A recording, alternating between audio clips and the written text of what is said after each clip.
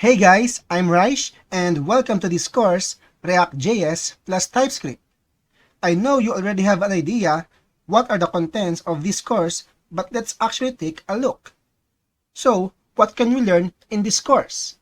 Okay, so we will learn JavaScript ES6 for React.js, React.js itself, class components, functional components, context API, React DOM, React Router, React Redux, server-side rendering, React hooks, TypeScript, best practices in coding, and a lot more. So, we will learn all of this and not just learn them, but master all of them. My goal in this course is for you to be the next SME of your team in a global standard and be your own Stack Overflow when you encounter issues. Alright?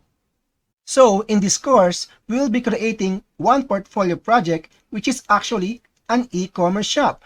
So, in this e-commerce shop, we will actually create all of these functionalities that you can see from scratch. So, we will never ever use a UI library to build this. Okay? Because when I said I want you to be the next SME of your team in a global standard, I really mean it. Okay? So, no more talk. Let's start working and learn together.